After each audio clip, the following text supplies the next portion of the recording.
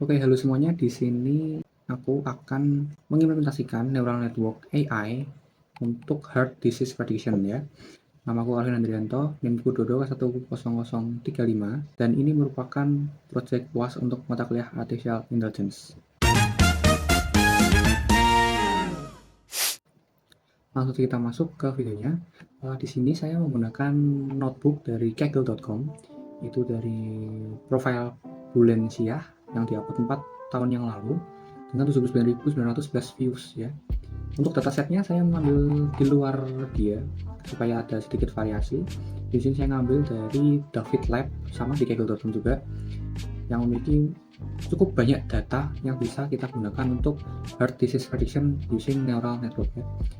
Dalam video ini ada 5 tahapan utama, yaitu yang pertama importing the dataset, lalu yang kedua create, training, and testing dataset, lalu yang ketiga ada building and training the dataset atau neural network, lalu yang keempat ada improving results, yaitu menggunakan binary classification problems, dan yang terakhir adalah result and metrics. Langsung kita mulai. Yang pertama kita import the dataset. Yang pertama kita import library yang kita butuhkan seperti SYS, Pandas, NumPy, sklearn, Matplotlib, dan juga Keras, dan juga kita sini mencetak versi-versinya ya. Lalu ini ada beberapa tambahan library yang kita butuhkan untuk menggunakan neural network ini. Lalu yang tadi CSV yang dataset tadi kita sudah download dan kita masukkan ke directory home, lalu kita panggil saja, kita masukkan ke variabel cliffrand menggunakan pd.read_csv dengan nama file direktorinya ya. Lalu lanjut kita akan mencetak bentuk dari data frame kita mau tahu nih bentuknya seperti apa, dan kita bisa melihat nih contoh-contohnya yang kita punya. Dan di data frame ini ada 1025 baris dengan 14 kolom, dan data itu kolomnya diantaranya adalah age, sex, CP, transcripts, dan seterusnya, dan juga ada tail, like, alt page, slope, CA, sal, dan juga target. Target di sini terakhir adalah target 0, itu merupakan data manusia yang tidak memiliki heart disease, sedangkan 1 itu memiliki heart disease. Lalu di sini saya mau mengetahui 280 nilai terakhir, value-nya apa saja, bisa kita ketahui dengan baik ya. Lalu kita akan mencegah adanya missing value atau missing data dengan menghapus data yang kita anggap tidak valid ya, atau di sini menggunakan tanda tanya. Jadi misalkan ada kolom age ini kosong atau tidak ada isinya, itu akan kita drop ya. Nah, namun dataset ini merupakan dataset yang bersih dan juga bagus, jadi minim adanya missing value di dalam dataset ini. Lalu kita print lagi untuk bentuk dan juga data type ya. Di sini untuk data shape dan data type-nya adalah untuk shape-nya ada integer 64 semua kecuali opaque, di sini menggunakan float 64. Lalu untuk data type-nya adalah object. Nah, kita bakal transform data ini ke numerik untuk memudahkan kita ke further analysis tuh, jadi analisis yang lebih lanjut ya. Jadi memudahkan kita akan convert datanya ke numerik dulu. Nah, setelah itu kita akan mencetak nih, kita describe dulu menggunakan data atau describe. Kita bisa tahu karakteristik dari data kita menggunakan library dari Pandas, yaitu function describe. Ada 1025 data dari masing-masing kolom, jadi ini merupakan dataset yang sangat bersih dan sangat bagus. Dengan rata-rata umur ada di 54 tahun. Untuk umur yang paling muda adalah 29 tahun dan yang paling tua adalah 77 tahun ya di sini. Nah, untuk sex ini juga ada 1 dan 0, 1 untuk mempresentasikan untuk yang male dan 0 ada yang female, alias 1 laki-laki dan 0 yang perempuan ya. Ada juga telek ini merupakan heart rate, detak jantung. Nah, kalau kalian ini agak pusing lihat data yang seperti ini, nah kita akan ngeplotkan datanya menjadi histogram agar lebih mudah dilihat di setiap variabelnya. Ini ada sex 1 dan 0, di sini jadi banyak laki-laki ketimbang perempuan di dataset kita ya, dengan rentang umur yang cukup beragam sekali, dan paling banyak jadi sekitar angka 60-an dengan 200 orang totalnya. Ada heart rate juga di sini, slow, alt peak, dan macam-macam lainnya. Nah, di sini saya mau mengeluarkan sebuah grafik di mana kita mengetahui heart disease frekuensi untuk umur-umur yang sudah ditentukan. Ini target tadi yang 0 ada tidak mempunyai dan 1 mempunyai, dan yang paling banyak tidak mempunyai ada di angka 58 tahun, dan yang paling sedikit itu ada di angka 61 yang memiliki penyakit jantung atau heart disease itu. Nah, kita bakal membuat dataset correlation matrix dengan heat map ya, ini supaya lebih mudah dilihat ada perbandingannya antara age dengan variabel-variabel lainnya. Nah, lalu kita akan membuat satu chart lagi, yaitu maximum heart rate achieved. Ini dimana kita bisa mengetahui di umur berapa heart rate maksimum ini tercapai ya. Di sini ada di umur 29 ini ada heart rate yang tercapai adalah 200 heart rate per minute ya. Ini lumayan tinggi sekali untuk usia yang muda, dan ada yang paling rendah ini di angka di bawah 120 di usia 76 tahun. Next. Oke, untuk step yang kedua kita akan create, training, dan testing dataset. Nah, ini kita akan pisah dataset kita menjadi training dan juga testing ya. Di sini kita menggunakan sklearn training test split function untuk mengenerate training dataset. 80% kita gunakan untuk training dan 20% kita gunakan untuk testing. Oke, kita masukkan saja untuk kolom targetnya ke X dan Y menggunakan np.array ya.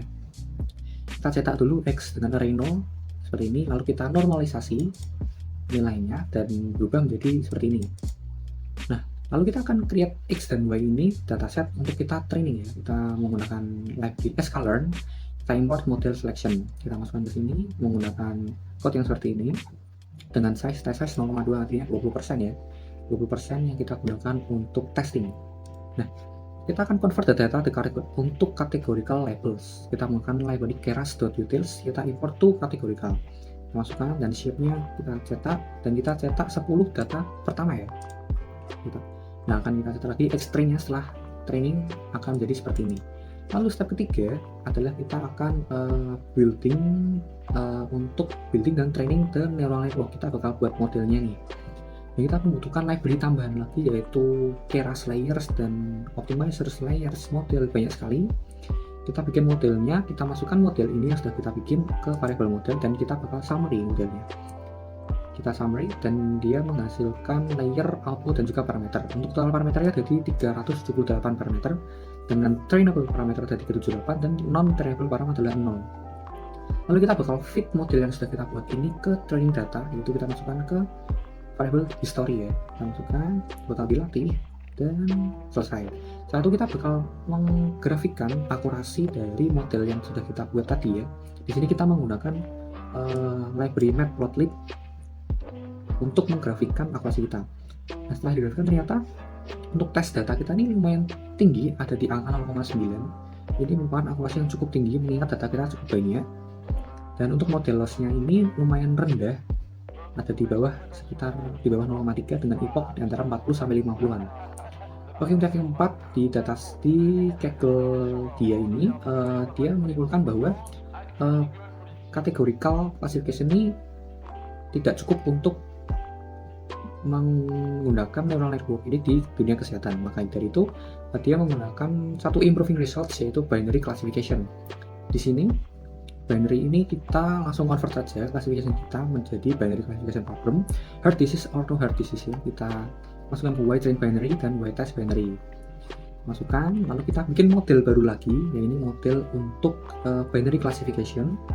Lalu kita masukkan ke variable binary model, lalu seperti biasa kita summary dan kita mendapatkan total parameter yang ini lebih dikit dibandingkan yang tadi. Lalu seperti yang tadi kita fitkan, kita masukkan ke variable history ya untuk dilatih dan selesai. Dan kita sudah mengeluarkan hasil grafik dari akurasinya, dan ini cukup tinggi di angka di atas 0,9 lagi ya.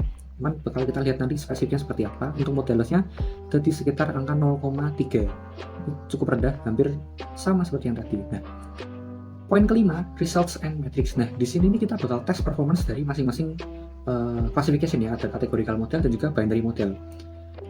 Nah, kita bakal bikin prediksi dari training dataset dan juga menghitung performance metric menggunakan library sklearn. Nah, di sini ada dua tes yang kita lakukan, yaitu untuk categorical model menghasilkan nilai 0,917 akurasinya, sedangkan untuk binary model menghasilkan 0,92. Nah, ini menyimpulkan bahwa binary model ini mengeluarkan nilai akurasi yang lebih tinggi dibandingkan categorical model.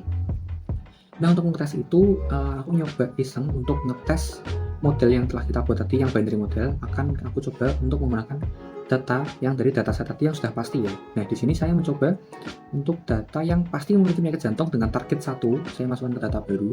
Kita simpan model dulu, lalu membuat model, kita masukkan data baru kita, lalu kita membuat data frame sama, lalu kita normalize dulu nilainya, kita membuat prediction, kita ambil dari binary model, lalu kita convert prediction ini menjadi label biner supaya bisa masuk if else supaya lebih mudah dan kita menghasilkan nilai yang benar. pasien diprediksi memiliki penyakit jantung. Ini saya mengambil data ini dari dataset tadi yang mempunyai nilai target 1 ya. Jadi dapat disimpulkan bahwa neural network yang kita buat tadi berhasil dan memiliki tingkat akurasi yang lumayan tinggi. Ya namun tidak 100%, cuma 0,9 itu merupakan atau 9% itu merupakan akurasi yang cukup tinggi untuk AI atau neural network. Demikian penjelasan tentang heart disease prediction using neural network. Terima kasih.